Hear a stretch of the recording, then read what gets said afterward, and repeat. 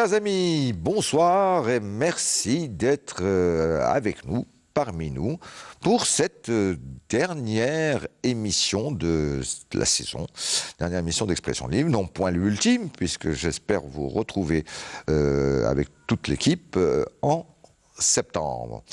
Et bien sûr, il fallait que pour cette dernière émission, à quelques jours de la célébration du 5 juillet, date anniversaire de notre indépendance, l'indépendance de notre pays, eh bien, nous parlions, nous évoquions le combat glorieux de tous ceux qui ont pu participer et d'autres qui sont malheureusement tombés au champ d'honneur, pu activer afin que, pendant la lutte de libération nationale, afin que nous puissions accéder à ce fameux jour du 5 juillet pour notre indépendance.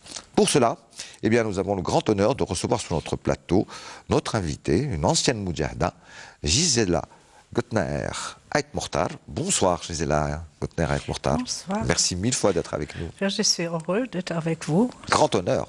Oui, très grand pour honneur. moi aussi, c'est un grand honneur d'être ici, Merci. de pouvoir parler sur mon mari et sur sa vie et ses activités. Et puis de les guerre. vôtres également.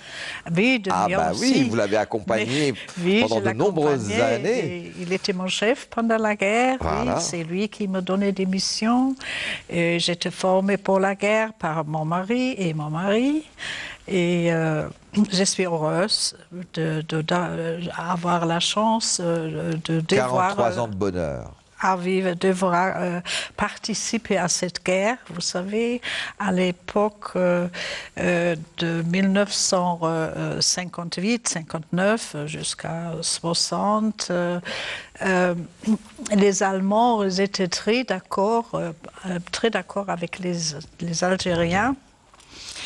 Et nous étions un peuple opprimé et on était toujours avec des autres peuples opprimés.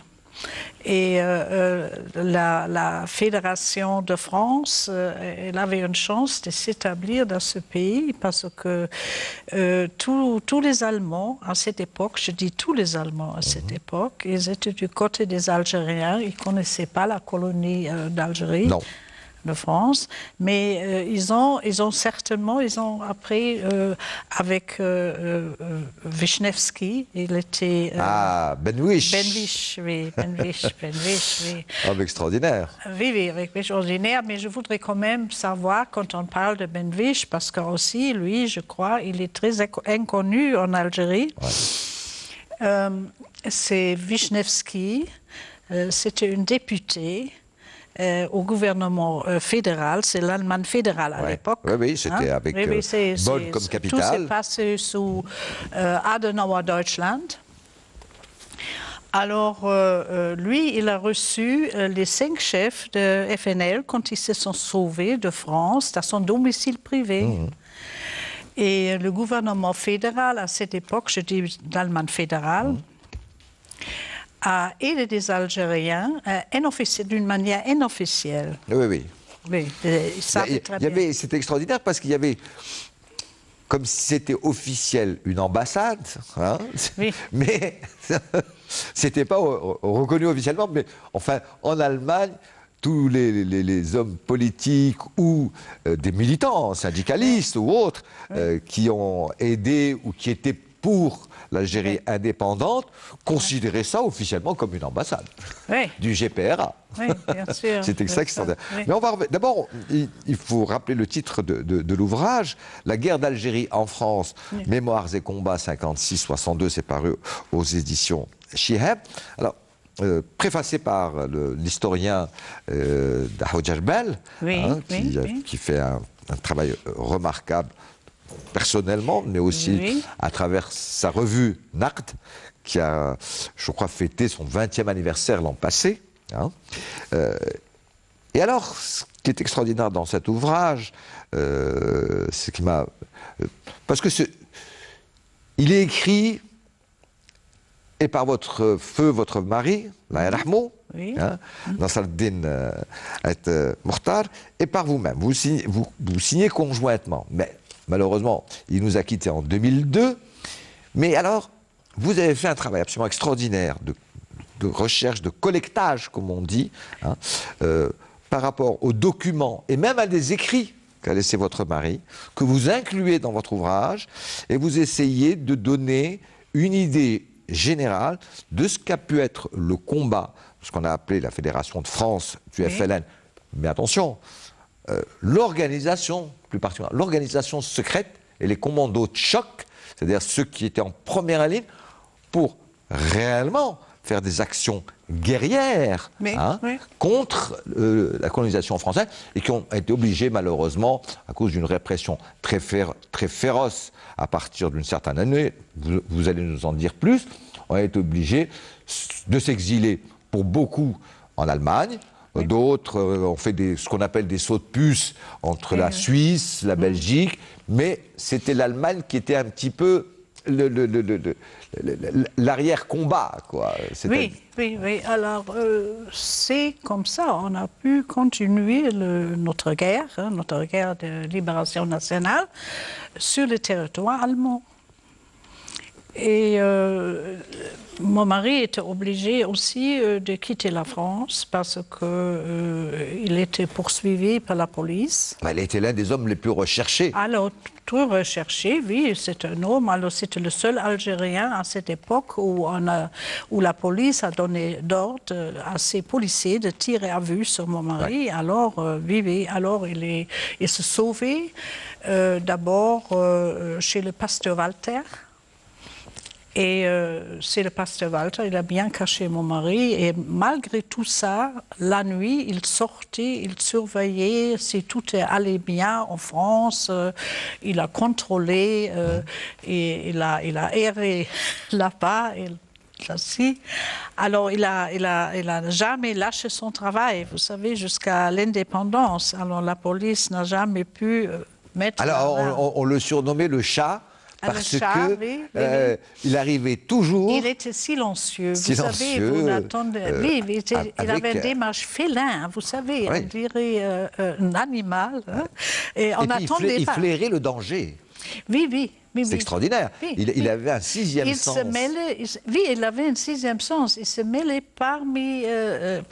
entre les policiers. Vous savez, il les observait. Les policiers l'observaient également, mon mari, mais il arrivait toujours à glisser à droite et à gauche.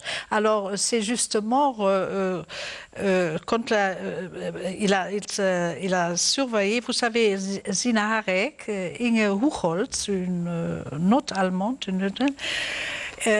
il s'aperçut que dans les domiciles la police était en train de surveiller le domicile de Sina Harek. Et dans le domicile de Sina Harek, il y a les matériaux de guerre stockés, les bombes, les mitraillettes, etc. Les pistolets. C'est une véritable armurerie, là, vous donnez le détail, c'était absolument incroyable. Mon mari, Majid, il n'habitait pas très loin d'elle. C'est rue Honoré, à Paris. Alors, il a vu que la police était en train de regarder, surveiller les deux femmes, mais il ne pouvait pas leur venir en aide, parce que lui-même, on a jeté un coup d'œil sur lui. Et son domicile aussi, ça c'est mon mari qui m'a dit ça. Vous savez, on avait beaucoup de discussions ensemble sur cette guerre-là. On se raconte... c'est lui qui vous a recruté. Oui. Vous saviez, parce qu'il y a une histoire quand même qu'il faut dire en quelques mots. Hein. C'est votre rencontre à la gare de Düsseldorf. Oui. Vous deviez prendre tous les deux le train pour Cologne, si mes souvenirs sont bons. Ça a été une rencontre fortuite puisque vous ratez plus ou moins le train tous les deux.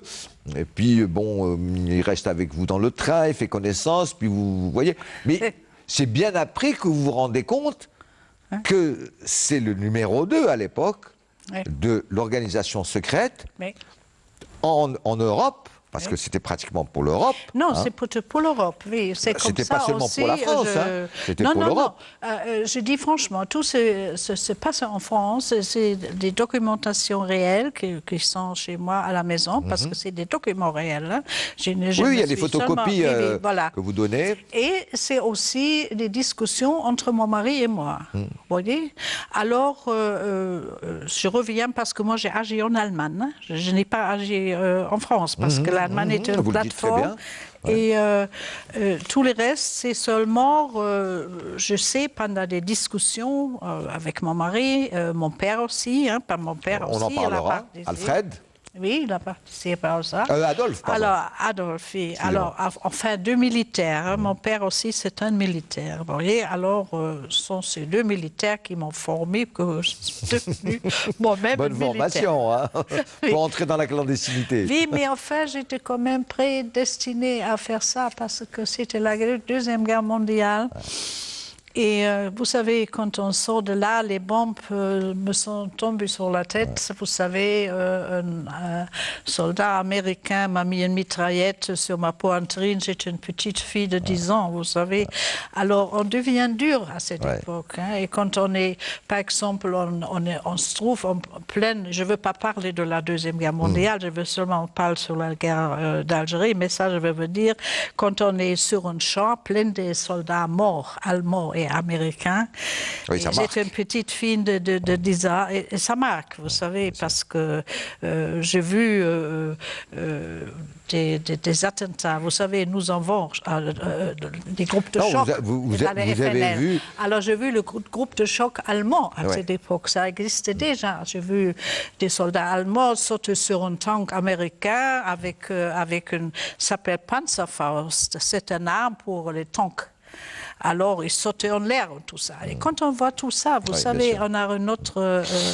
En plus, vous avez une famille où votre père, Adolphe Gottner, a lui-même été marqué dans sa jeunesse par des événements terribles qui se sont passés après la Première Guerre mondiale, n'est-ce pas, où lui-même a assisté enfant à des atrocités. Il a vu sa proche famille être abattue de sang-froid.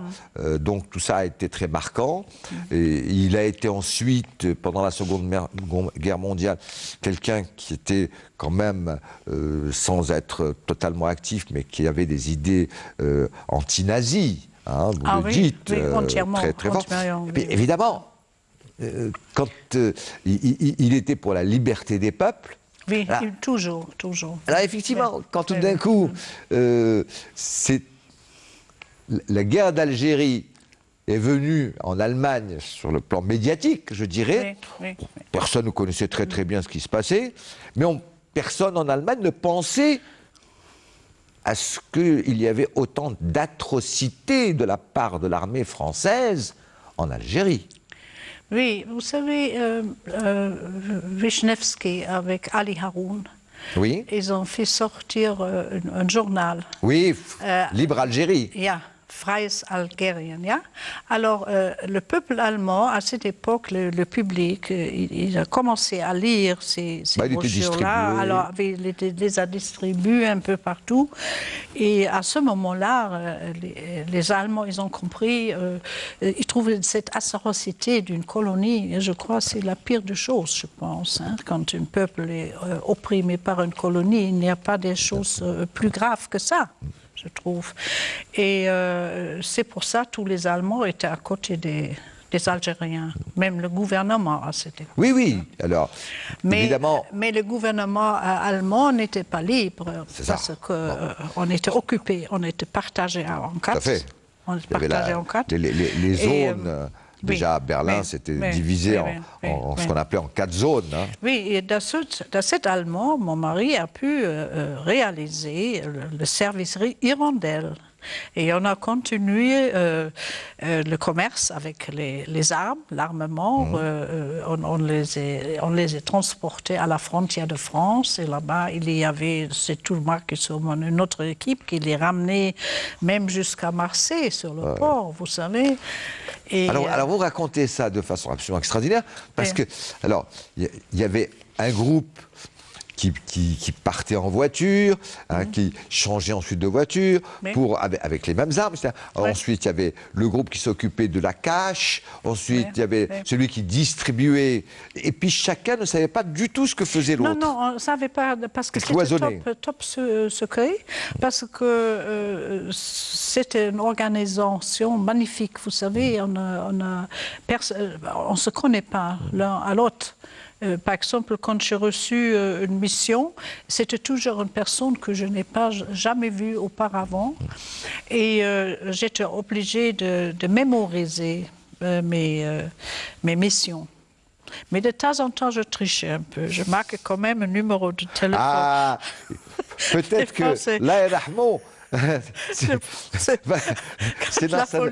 quand la police va venir un peu quand même. Alors là, dites donc, hein, si Majid, parce que c'était le surnom de il en avait plusieurs, c'est clair. Il a même eu un nom français, Chaban.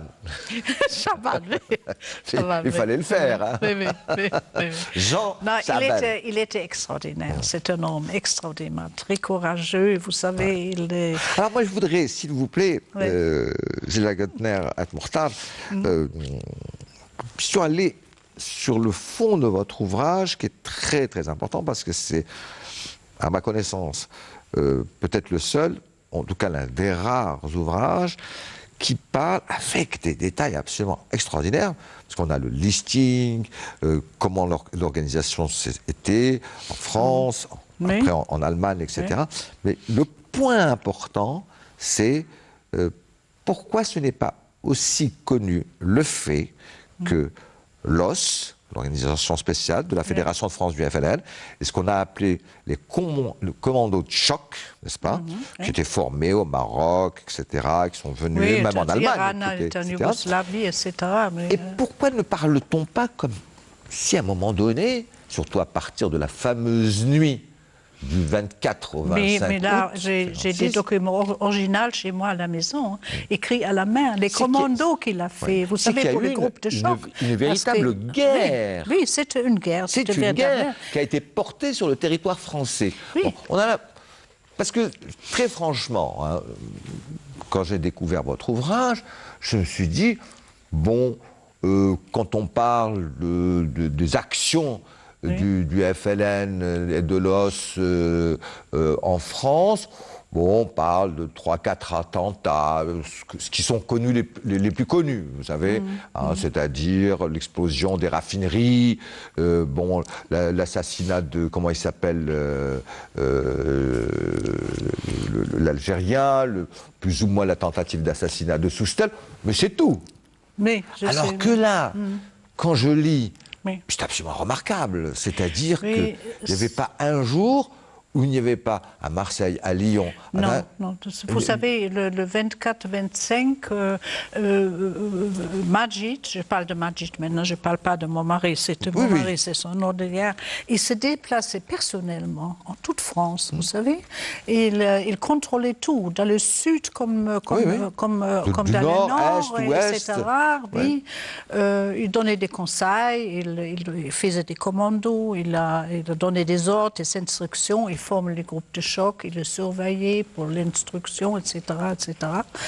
Enfin, il se donnait en plein cœur dans cette guerre-là. Mais c'est un homme, le personnage, c'est un homme très discret. Il faisait son travail parce qu'il était vraiment un Algérien à 100%. Il aimait son pays. Il faisait ça pour son pays.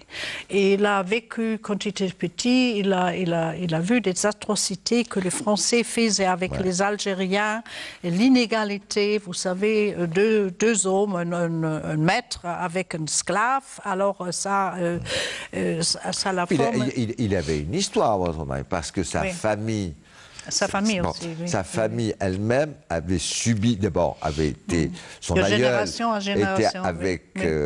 comment il s'appelle, en 1871, avec la révolte. Oui, Hein, oui, donc, c'était... Déjà 1800, depuis 1871. Oui.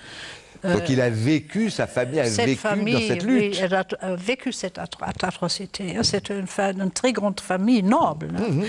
Terrienne. Des marabouts et des guerriers, etc.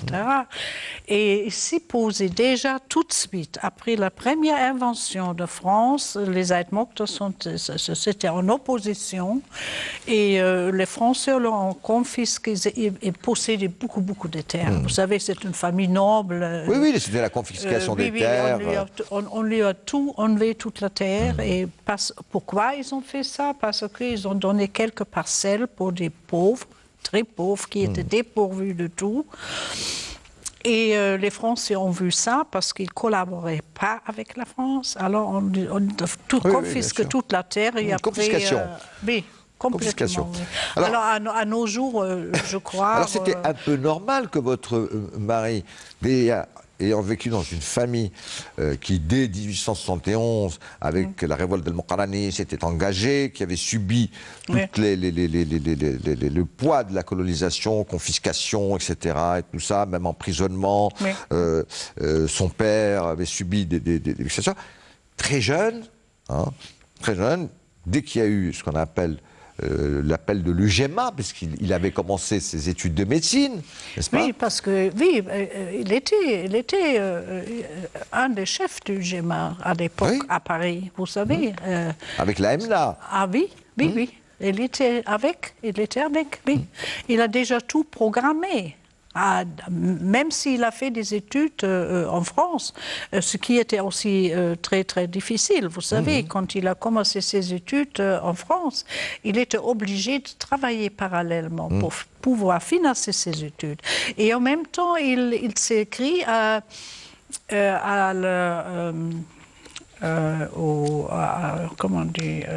l'école supérieure militaire à Paris. Oui. Parce qu'il a obtenu son diplôme d'officier. Il a fait des études. Il a eu son grade d'officier. Parallèlement, quand il faisait des études de médecine, il était aussi à l'Académie militaire supérieure. Il continue à faire sa formation militaire. Oui, jusqu'à l'officier. De toute façon, les Français, ils n'ont pas voulu accepter son diplôme comme officier. Il n'était pas officier de façon légale. Voilà. Parce qu'il était un indigène. Voilà, exactement. Ah, bien sûr. Exactement. Alors, mais dites-moi,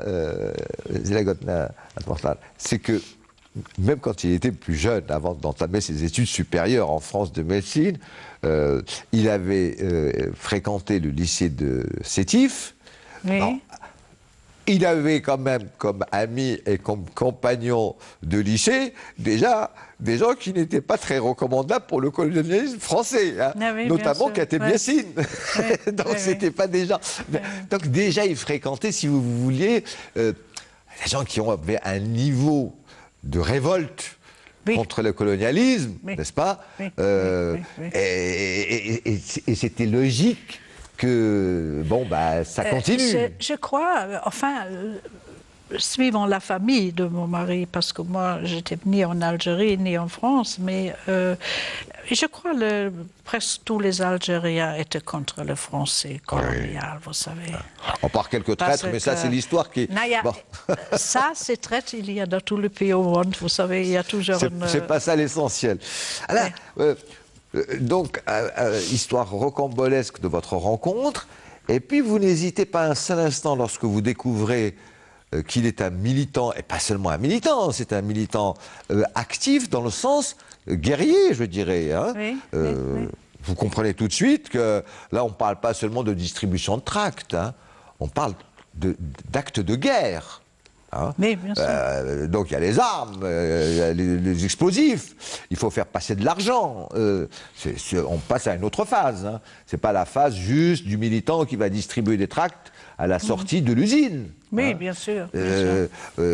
On est obligé de sortir des compagnons recherchés, des résistants recherchés en voiture, cachés, de faire passer des frontières, de faire des faux papiers. Oui, oui, mais tout ça, mon père était aussi, Oui. il a caché les gens, il a Oui. fourni aussi des papiers, il a aidé des gens qui étaient en fuite vis-à-vis la France. Il a fait beaucoup de choses. Mon père, il a construit sur son terrain un garage.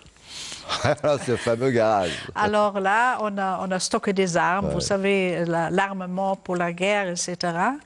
Et après la guerre, il a démonté ce garage, il a installé le garage à Bonn, à l'ambassade d'Algérie. Et je crois que ce garage existe encore sur le terrain, oui, à Bad Godesberg. Et, ça devient un lieu historique. Hein. Ah oui. Ça devient un lieu historique. Alors, et puis, tous ces contacts que vous expliquez très bien dans l'ouvrage, hein, parce qu'il y avait un réseau, c'était extraordinaire, avec les autres réseaux, qu'ils soient français, comme ceux de Curiel, comme ceux de Janson, hein, comme ceux de Raptis, etc., alors ça, qui vont faire une sorte de toile extraordinaire. Ah, c'est ordinaire, oui. Très ordinaire. Fabuleux. Parce que j'ai toutes ces documentations originales chez moi à la maison. Et ce livre me tient très à cœur parce que je voulais... Ça sort la vérité telle que c'est écrit après la documentation réelle. Et je ne voulais pas que quelque chose soit inventé. Vous savez, c'était contre mon gré. Alors, je suis très contente. Excusez-moi, Gisela Gautner, être mortal. Mais où c'est des documents que vous avez? Parce que vous, par exemple, vous citez avec une immense précision un listing de non seulement, je dirais, sur le plan organisationnel, avec les zones, les groupes, etc. Oui, c'est écrit, c'était authentique écrit à la main de mon mari. Donner des commandos. Par exemple, les attentats contre les personnages français, et il les a écrits à la main. D'accord. J'ai cette documentation. Je me suis seulement basée sur des documentations authentiques. Et autre chose pour moi, je ne veux pas. Le listing des noms, par exemple, ceux qui étaient emprisonnés. Tout de la plume de mon mari, c'est lui qui a écrit ça. Ceux qui ont été malheureusement guillotinés, ceux qui ont été les Junaux de Paris, de la région parisienne. Il y a un long listing, très précis, c'est mon mari, avec la responsabilité et même avec quelquefois, entre parenthèses, leur nom de guerre, ou leur surnom. Oui. C'est d'une précision absolument remarquable. Oui, il a tout écrit. Vous savez, j'ai des listes des combattants qui ont participé de toutes les régions et tout ça. Et il a tout marqué. Et ces documentations, je me suis basée sur ces documentations parce que d'accord, mon mari a commencé à écrire. Et comme il est mort, il était très gravement malade, vous savez. C'est cet article sur le journal El Moudjahid qui m'a poussé à écrire. Je ne suis pas de l'écrivaine, vous savez. Je suis une simple épouse. Non. Ce qui m'a aidé un peu, c'était mes études. Et commandante, parce que, bon...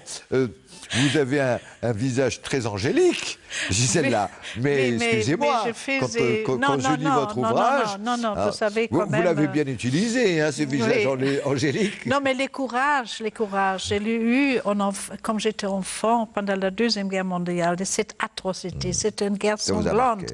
Et là, on devient un peu dur, vous savez, et aussi cette conviction, vous savez, cette colonie, les Français. D'ailleurs, dans la famille de ma famille, de mon père, vous savez, à Alsace-Lorraine, on a vécu la même chose. Tout a été confisqué, comme la famille Ait Mokhtar.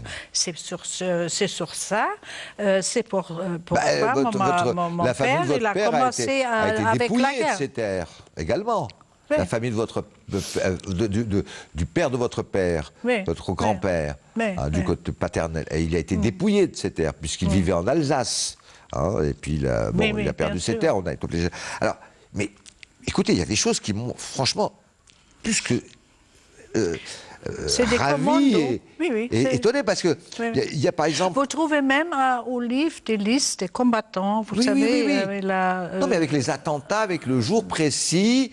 C'est mon mari qui les avait écrits. Alors, par exemple, je lis attentat de tel jour... C'est mon mari, c'est dommage que vous n'avez pas connu mon mari. Ah ben il était vraiment... Alors, il voulait mettre la France par terre, coûte pour coûte, vous savez. Avec les objectifs, qui devait s'occuper des objectifs, le type d'armement, ça... Et puis, il y a un point quand même à un moment donné que je voudrais quand même signaler. Non, il a pris son travail, vous savez, quand il était militaire d'abord, et c'est tout à fait normal. C'est la précision, les principes, il faut les avoir, le courage et l'organisation, oui. Vous savez, je connaissais à l'époque les Algériens comme ça, vous savez, surtout des militants. Vous savez, ils étaient tous comme ça. Mon mari n'est pas une exception, vous savez, c'était des hommes extraordinairement intelligents. C'est pour ça que nous avons gagné la guerre aussi, parce que les Français avaient peur d'eux. Ils en pensent que les colonialisés ne peuvent pas être si intelligents. Ils étaient même plus intelligents que les Français. Vous savez, non, mais ce que je trouve absolument, encore une fois, non seulement fascinant, mais excessivement instructif dans cet ouvrage, Zila Gotnaret Mortal, c'est l'idée que, je dirais que d'une façon générale, même les gens de ma génération, ou alors la nouvelle génération encore moins, ne se rendaient pas compte de l'importance de l'action du FLN-ALN en France, apportée comme coup à l'avant sur son terrain. Ça, c'est important parce que, bon, c'est logique que même aujourd'hui, les historiens français veulent minimiser la chose. Mais quand vous dites, mais c'était un véritable état de guerre pour la France, il se disait, c'est pas possible. Tant qu'il y avait la guerre en Algérie, bon, on s'en fichait un peu. Mais que tout d'un coup, il y ait la guerre sur notre propre sol, alors là, ça ne va plus du tout. Parce qu'il y a 3 parachutistes qui sont assassinés. Non, on a eu des problèmes aussi après. Vous savez, c'est pour ça l'ANL a donné des conseils de créer le FNL en France. Alors, l'OS était créé fin 1957. Il y a Boisis et mon mari, les deux, qui ont... Et mon mari, il a fait le statut. Vous savez, je crois, je veux voir là. Il y a même eu un guide. Il y a un guide, oui. Il existait aussi un guide de ANL, mais non. Non, c'était... Je m'excuse, je ne devrais pas dire ça à la télé, mais c'était minable. Alors, je l'ai à la maison, ce guide-là. C'est l'original, je le dis ouvertement, comme ça tout le monde entend. Mais ici, c'est des critères qu'il a choisis avec Benadouda. Il y a toute une liste là, où il a marqué du point de vue de formation et de la discipline à celle régissant un commando. À savoir, doit avoir une discipline de fer, observer un strict, vous trouvez tout ça dedans, dans mon livre. Alors tout ça, c'est l'écriture de mon mari, là, qu'il a... Et après, en même temps aussi, il a formé. Il formait les militaires, les groupes de choc, etc. Actuellement, je connais encore 2 militants de cette époque-là. Je suis en contact encore avec eux. Mais vous savez, beaucoup de gens qui sont morts. Et c'est très, très, très dommage. Ces histoires se perdent. Vous voyez, ça se perd. Parce que je voudrais encore d'autres personnes écrivent sur l'os. hein, organisation spéciale. Ça me tient très, très à cœur pour les jeunes générations de maintenant. Il faut leur donner leur propre histoire parce que les jeunes ne s'intéressent plus à l'histoire algérienne, mais c'est leur histoire. Ils sont algériens. Il faut qu'ils soient fiers d'être algériens. Vous savez, c'est un enfant de la Deuxième Guerre mondiale. Et bien sûr, je suis fière sur l'Algérie. Je suis devenue algérienne, j'aime l'Algérie. Mais je suis allemande quand même, vous savez. Oui, écoutez. Et il faut faire beaucoup sur le plan d'histoire algérienne, propager cette histoire. Qu'est-ce qui s'est passé sous la colonie française et cette guerre-là, c'est important. Alors, vous parlez aussi de personnages absolument extraordinaires qui nous sont peu connus en Algérie. Ceux qui ont aidé des ingénieurs, des techniciens, des armuriers, hein, qui sont allés aider afin de fabriquer des armes. On sait qu'il y avait une usine d'armement au Maroc, hein, où plusieurs amis de l'Algérie d'origine allemande. Abdesmet, Oui. il est très connu quand même. Hein. Oui. C'est lui là qui était quand même un artisan en cette matière-là. Hein. Mais ils sont tous... Fabrica, on est allé même jusqu'à l'histoire. Il y a même eu l'histoire de la fausse monnaie. Ah oui, la fausse monnaie d'Osnabrück en Allemagne. Oui, ça, il y a ça en France aussi, mais je parle d'Allemagne. Parce que j'étais quand même, des faux papiers, et puis, des fausses identités, etc. D'ailleurs, j'ai trouvé quelque chose d'assez étonnant. Voilà quelqu'un qui est en Allemagne, bon... On ne va pas faire de la publicité, mais c'est connu à travers le monde entier, puisque ce sont des magasins qui sont connus à travers My Woolworth, n'est-ce pas, qui était, bon, quelqu'un qui financièrement, ou du point de vue de sa classe sociale, on ne pensait pas que c'était quelqu'un qui allait aider la lutte de libération nationale algérienne. Bon, tout le monde connaît à travers le monde entier les magasins Woolworth. Hein. C'est pas une famille qui est dans le besoin. Et voilà, Tipa, que ce personnage, By Woolworth, va être dans l'action. Il va surtout utiliser le fait que ce soit une puissance financière pour non seulement donner de l'argent, mais aider à ouvrir des comptes secrets pour qu'on fasse passer de l'argent. Et je n'étais pas des petites sommes.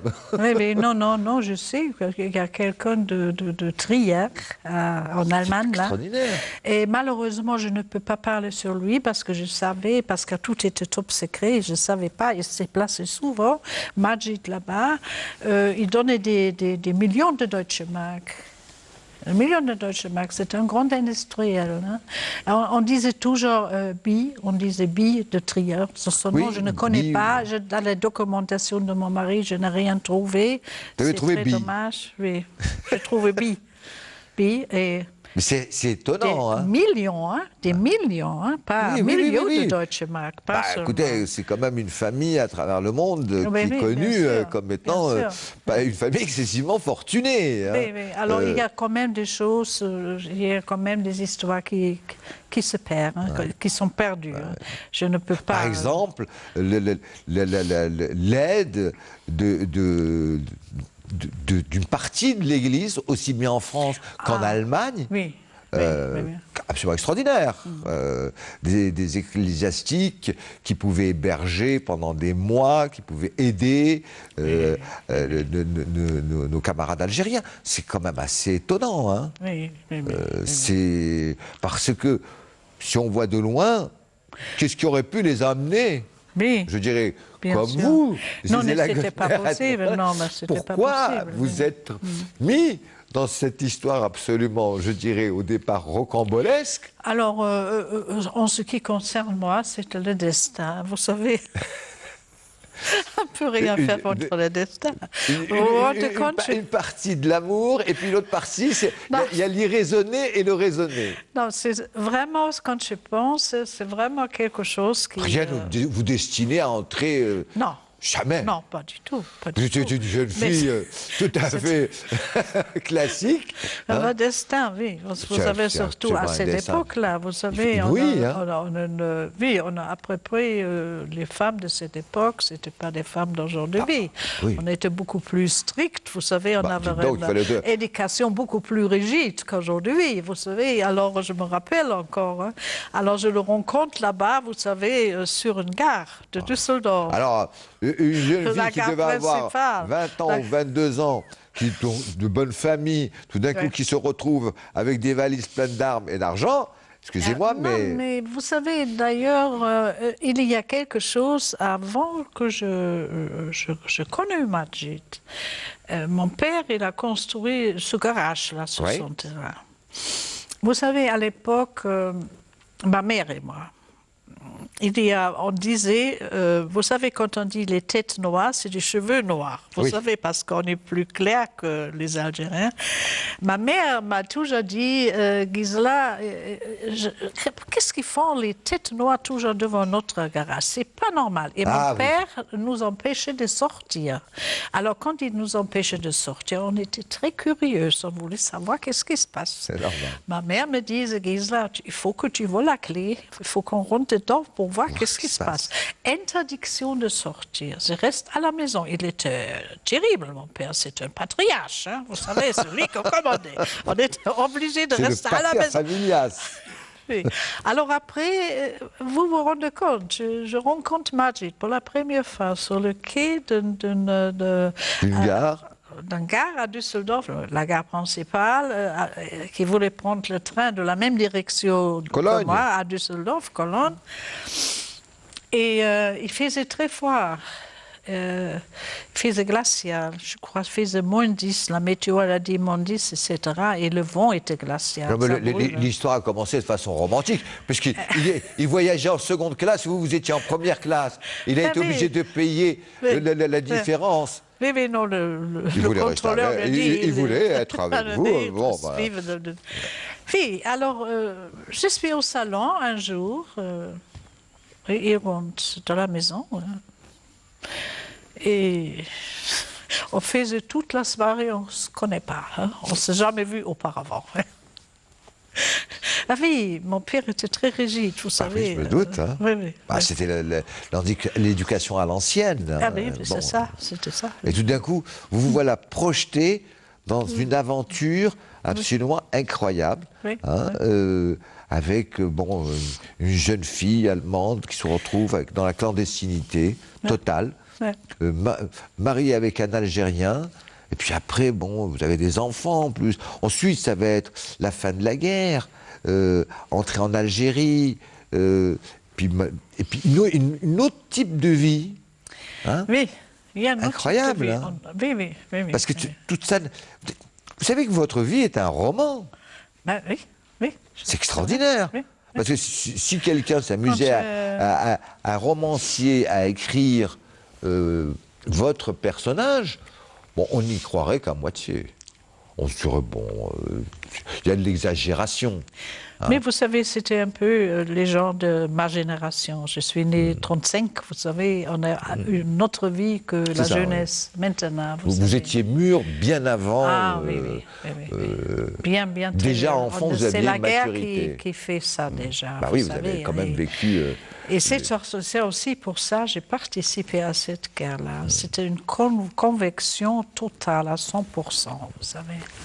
Aider les peuples qui sont supprimés, etc. Et l'organisation était vraiment très, très bien faite. Vous savez, c'est une organisation. Et vous savez, beaucoup de choses, je n'ai pas écrit dans mon livre. Je parlais de moi. Vous savez, après, j'étais enceinte, 8 mois. Ça, je voudrais quand même raconter. Malgré 8 mois enceinte, je transportais encore des armes. Alors, mon ventre arrive au volant, vous savez, comme ça. Alors, je me rappelle, il y a un monsieur, les FNL a loué des box.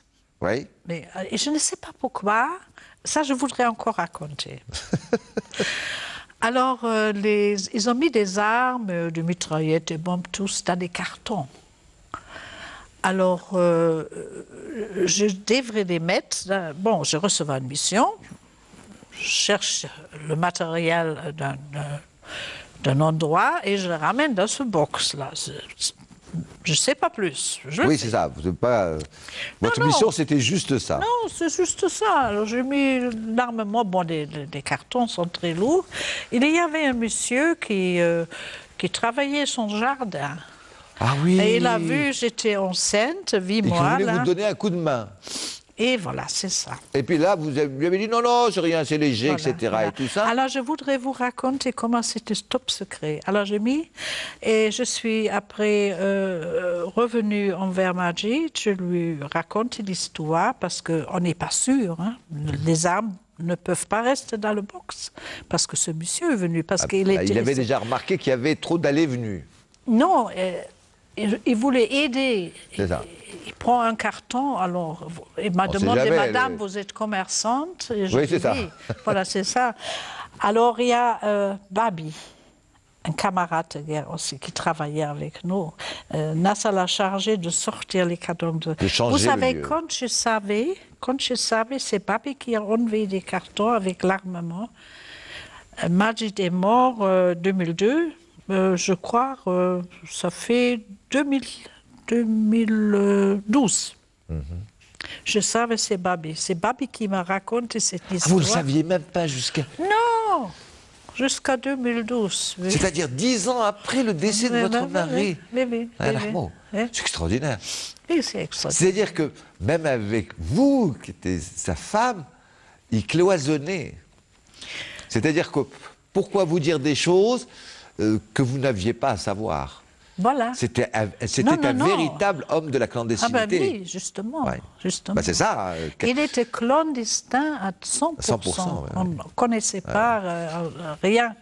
Puis vous savez, quand on est dans ces situations-là, généralement, on ne veut pas donner des informations à ses plus proches, à ceux qu'on aime, parce qu'on se dit, on va les mettre en danger. Il vaut mieux qu'ils en sachent le moins possible. Je crois dans ce milieu, vous savez, quand vous êtes formé, parce que je suis quand même formée par mon père et par mon mari, on ne raconte pas des choses qui se passent dans le travail, en privé. Tout à fait. On ne peut pas. Comme c'est clandestin aussi privé, vous savez, c'est ça. Alors, destin absolument incroyable que celui de feu votre mari, Nasreddin Mortar dit Majid, c'était son nom de guerre, puisque retour en Algérie, reprise de ses études de médecine, quel courage, hein, décidé de ne pas entrer dans la vie politique du tout. Il a dit bon, j'ai fait mon devoir, c'est terminé. Reprise de ses études, brillamment. Et il va devenir chef du service obstétrique à l'hôtel Parnay, ce qui n'est pas rien. Qui n'est pas rien. Et malheureusement, une maladie terrible va l'emporter. C'est une maladie qui a mis à terre. Et là, vous êtes... Mais c'est un homme, malgré qu'il était dans la chaise roulante, il a continué ses recherches. Hein, il a commencé encore, il a mis encore, il voulait encore établir d'autres spécialités en Algérie, comme la cytopathologie gynécologique. Il avait des problèmes avec ça parce que vous savez, quelquefois, on se contente d'aller payer ce qu'on a. On ne veut pas pousser à l'extrême. C'est ça. Et lui, il était très profond. Il voulait jusqu'au... Oh ben, il était dur. Très dur. Oh là, vous racontez l'histoire comme quoi si un élève arrivait en retard au cours, il lui disait bon ben... Non, il restait dehors. Oui, c'est pas la peine. Non, il restait dehors. 1 minute de retard, c'est pas la peine. Bon ben ça c'était en même temps le militaire qui parlait. Mais moi j'avais... Non, mais vous savez, un jour, comme j'ai vu mon mari agir comme ça, j'ai demandé à un étudiant. Il m'a dit, non, j'ai dit, vous n'êtes pas vexé? Non, il m'a dit, mais au moins avec lui, on apprend quelque chose. Mais, voilà. Alors, si vous me permettez, parce qu'on arrive au terme de l'émission, Zéla Gotner Mortar, il y a, surtout à la fin de votre ouvrage, mais si vous me permettez, c'est moi qui vais l'exprimer, un brin d'amertume, ce que je comprends parfaitement bien, parce que a-t-on d'une façon générale reconnu à certains des grands militants de la cause nationale, algérienne, hein, qu'ils aient été en France ou ailleurs, ou en Algérie, ou dans le maquis, ou peu importe, mais qui ont été vraiment à la pointe du combat. A-t-on réellement été, je dirais, à l'écoute de leurs difficultés, quelles qu'elles soient? Leur a-t-on toujours rendu très exactement l'honneur ou les honneurs qui leur étaient dus? Je le dis d'une façon générale, parce que je sais, vous l'avez dit avec beaucoup de courage dans votre ouvrage, oui, que ça donne un petit goût d'amertume. Hein. Et il y a aussi, je le dis en toute franchise, hein, tous ces grands amis de l'Algérie, qu'ils soient belges, qu'ils soient suisses, qu'ils soient français, il y a eu des Italiens, hein, il y a eu des gens d'Amérique latine, oui, je sais, il y a eu de tous les pays du monde, beaucoup de monde, qui ont, les cinéastes yougoslaves, tout ça. Leur a-t-on rendu exactement ce qu'ils ont pu donner, alors que rien ou comme vous, rien ne les prédestinait à venir aider un pays comme l'Algérie pour qu'il se libère du colonialisme. Eh ben, grand coup de chapeau à ces grands amis, c'est ce que j'appellerais des sœurs et des frères de l'Algérie. Vous savez, nous sommes des êtres humains. Nous sommes des êtres humains. Je parle maintenant au nom de tout le monde. Quand on voit un peuple opprimé, un peuple terrorisé, tué, on ne peut pas admettre ça. Vous savez, aujourd'hui, on a des problèmes avec les Syriens. J'ai vécu ça, moi. Je ne peux pas voir ça. Bien sûr. Je peux pas. Et je ne peux pas accepter ça non plus. Bien sûr. Zizela Gottner et Mortar, fin de l'émission, malheureusement. C'était un très grand plaisir et surtout un immense honneur d'avoir reçu sur le plateau d'Expression Livre une ancienne Moudjahda qui a vraiment donné pendant des années et même après l'indépendance tout son âme, son cœur, son courage pour notre pays. Je rappelle le titre de l'ouvrage, La guerre d'Algérie en France, Mémoires et combats 56-62, paru aux éditions Chihab. Merci encore 1000 fois, surtout à la veille de la commémoration du 5 juillet. Le dernier mot est à vous, bien sûr. Je voudrais vous encore quelque chose. Je crus en Algérie parce que je connaissais à l'époque des hommes extraordinaires. Un peu comme on. Mais vous y croyez toujours. Ah, je crois toujours, bien sûr. C'est pour ça que sûr, vous êtes là et que vous habitez en Algérie et que vous êtes algérienne. Et voilà, c'est ça. Et que vous êtes une ancienne Moudjahda et algérienne. Oui, merci encore je vous en pour prie, tout. Ça me fait plaisir de pouvoir parler un peu avec vous. Et à très bientôt, peut-être pour d'autres travaux. Parce que là, il semble que vous ayez un monceau d'archives absolument extraordinaires. Oui. Et il faut les faire connaître. Je vais les faire connaître parce que quand même j'ai l'intention, d'abord je crois, je veux faire encore avec quelqu'un peut-être, je ne citer pas encore le nom, encore un deuxième livre, hein, plus détaillé comme je fais ce maintenant. Parfait et plus, pour les historiens. Plus volumineux que ça. Que cela. Pour l'histoire. Et après je pense quand même je vais déposer le tout que j'ai au Musée national. Ce sont des documents qui appartiennent à l'Algérie, c'est l'histoire algérienne et on ne garde pas des documents comme ça en privé qui passent après dans les corbeilles à papier, ça n'est pas possible, vous savez, je ne peux pas, il faut être conscient sur ça. Et moi je suis consciente. Je suis consciente parce Alors mon dernier mot c'est de vous dire, comme on disait pendant la lutte de libération nationale, merci 1000 fois, ma sœur. Merci, mon frère. Merci beaucoup. Oui. Voilà, fin de l'émission. Vous pouvez retrouver cette émission, la faire partager via, puisque vous pouvez la retrouver soit via Facebook, soit tout simplement via YouTube en tapant uniquement Expression Livre. Merci 1000 fois, excellentes vacances. Nous nous retrouverons à la rentrée en septembre, Inch'Allah. Allez, bonsoir à vous, bonsoir chez vous et à très bientôt en septembre. Encore une fois, très bonnes vacances et Je sais qu'on a dépassé un petit peu la période, mais je vous re-souhaite encore mes meilleurs vœux de santé, de paix, de prospérité, de bonheur pour l'Aïd. Voilà. Merci. Merci à toute l'équipe d'Expression Livre. Merci encore, Gisela.